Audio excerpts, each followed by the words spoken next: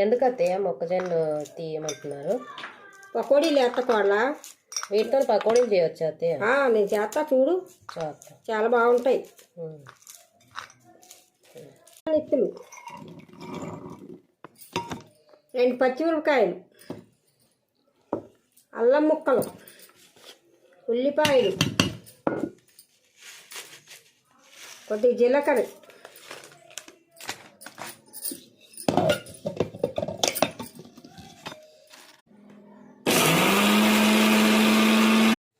ఇట్లా కలుపుకోవాలి.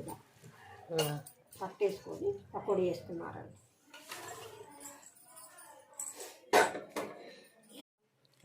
మొక్కజొన్న విత్తులతోటి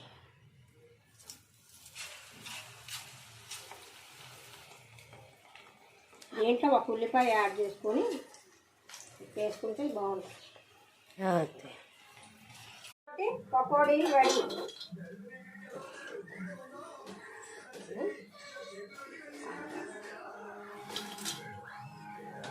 విత్తులతోటి పకోడీలు సూపర్, బాగుంది.